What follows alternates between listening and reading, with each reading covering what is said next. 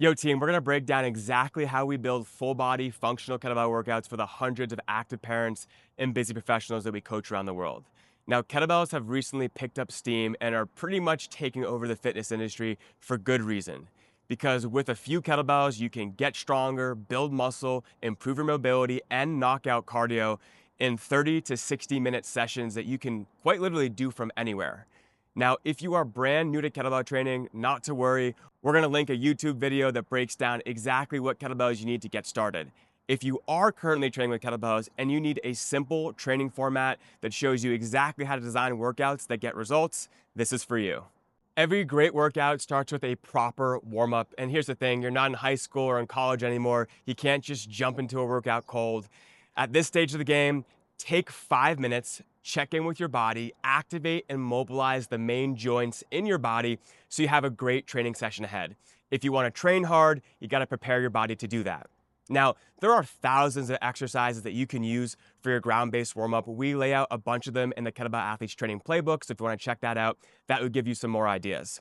Our 4 favorite go-tos to take care of your spinal health, your shoulders, your hips, and your core are as follows. Cat cows are awesome. They literally mobilize and activate your entire spine, your neck, your upper back, your lower back. This is one of the best exercises I recommend everybody should do every single morning, whether or not you're working out. Also, if you sit a lot for work, you need to activate your glutes. If you have tight hips, you need to activate your glutes. Glute bridges are a great exercise to do that. Now, looking at your upper back and your shoulders, yoga push-ups are terrific. They really actually mobilize and activate your entire body. From your shoulders, opening up your chest, opening up your upper back. You can get a nice stretch through your Achilles, your calf, your ankles, and your hamstrings. And then lastly, do something for your core. We really like side planks, but front planks are great. Also, tall plank shoulder taps are a fantastic exercise.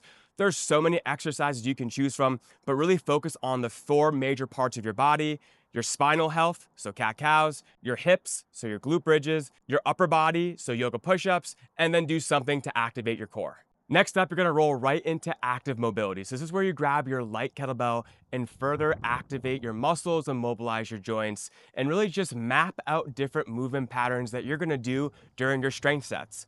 We love using movements like the Turkish get-up. This is literally like the best full body mobility exercise. You're pressing, you're lunging, you're activating your core. It's terrific for shoulder health.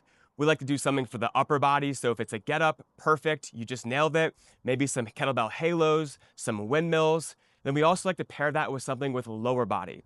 Single leg RDLs are awesome to activate, to wake up your feet, your ankles, your knees, and your hips. We also like using different lunge variations. So iso lunges, lateral iso lunges, just really making sure you address your upper body and your lower body and you tie it all together with your core. So now you're even more warmed up going into your strength workout. Now that your joints are warmed up, your muscles have some blood pumped into them, you can dive into power and plyometric training. We literally consider this to be the fountain of youth. Most people lose their ability to run, to jump, to sprint, and to just play because they stop doing it. This is the type of stuff that keeps you athletic and feeling good for the rest of your life. So when it comes to power and plyos, you're hopping, you're skipping, you're jumping, and you're pairing that with powerful kettlebell movements like kettlebell swings, dead stop swings, snatches, push presses, cleans.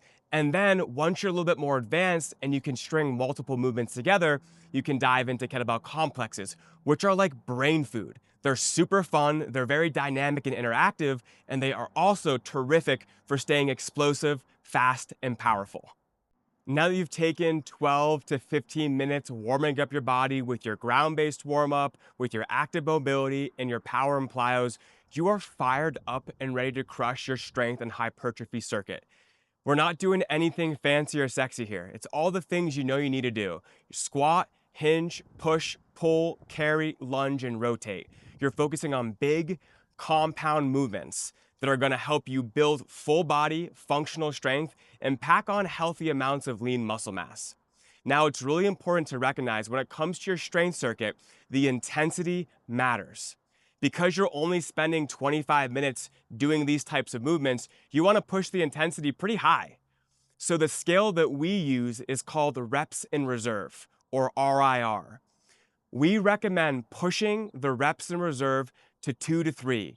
And that means by the time you hit your last repetition for a specific exercise, you have 2 to 3 reps left before you hit failure.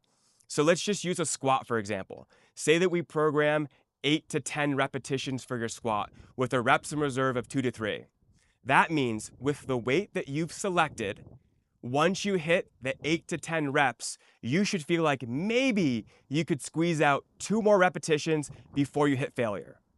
What we found is you don't have to push to failure to make gains. As a matter of fact, we don't recommend it because that just increases your risk for injury. It also gasses your central nervous system and your body kind of feels like shit. But if you push yourself hard enough, a couple of reps away from failure, you can make significant progress. You can train consistently for years upon years, and you'll feel awesome in the process of building strength and taking good care of yourself. After your strength and hypertrophy circuit, if you still have gas in the tank, which by the way, for most people, sometimes ourselves included, after we go through our warm up and the strength and hypertrophy circuit, we don't feel like we really need any more conditioning because we got conditioning from the workout. But if you feel like you want to add in a little bit more, some high intensity finisher, this is a great opportunity to hit a metabolic conditioning 5-minute finisher.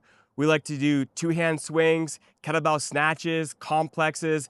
This is a good opportunity for you to break out the jump rope, do some jump in, maybe some body weight movements like walking lunges or push-ups. The bottom line is keep it high intensity where you're really breaking a sweat, you're huffing and puffing, and then you can move on to the best part of the entire workout, the cool down. When it comes to the cool down, we like to keep it simple. Oftentimes, we might just lay there on our back for 2 minutes and do some nasal breathing to down regulate our central nervous system, our autonomic nervous system from the state of fight or flight down to rest and digest. That way, you're not bringing in all that intensity into the next thing you have for the day, whether that's a work meeting or time with your family. This is also a great opportunity for you to do a little bit of stretching. Where are the parts in your body that need a little bit of extra love? Oftentimes, it's the neck, it's the hips, it's the shoulders. So maybe you're breaking out a couch stretch, a hamstring stretch, a split stretch, whatever it needs to be to cool down from your session. Or this is a really good opportunity to pull out the foam roller, mobilize your upper back a little bit, open up your lats, open up your hips, your hamstrings. The bottom line is take a couple of minutes, cool down after your workout, and you're gonna feel how much more recovered you feel from day to day when you take the time to do this. So there you have it. This is exactly how we build full body functional kettlebell workouts for the hundreds of active parents and busy professionals that we are coaching online. And it's this simple. Always make sure you check in with yourself with a ground-based warm-up, make sure your body's feeling ready to go. Then you roll right into your active mobility to further activate and mobilize your joints. Now you're ready to jump right into power and plyometric training to fire up your central nervous system, to tap into the fountain of youth, to keep yourself feeling athletic for life. At that point, you're ready to crush your strength and hypertrophy circuit. If you feel like you still have gas in the tank, hit a little bit of a metabolic conditioning finisher and then cool down. It is that simple. This can be scaled to all fitness levels. You can scale this down to 30 minutes, all the way up to 60 minutes.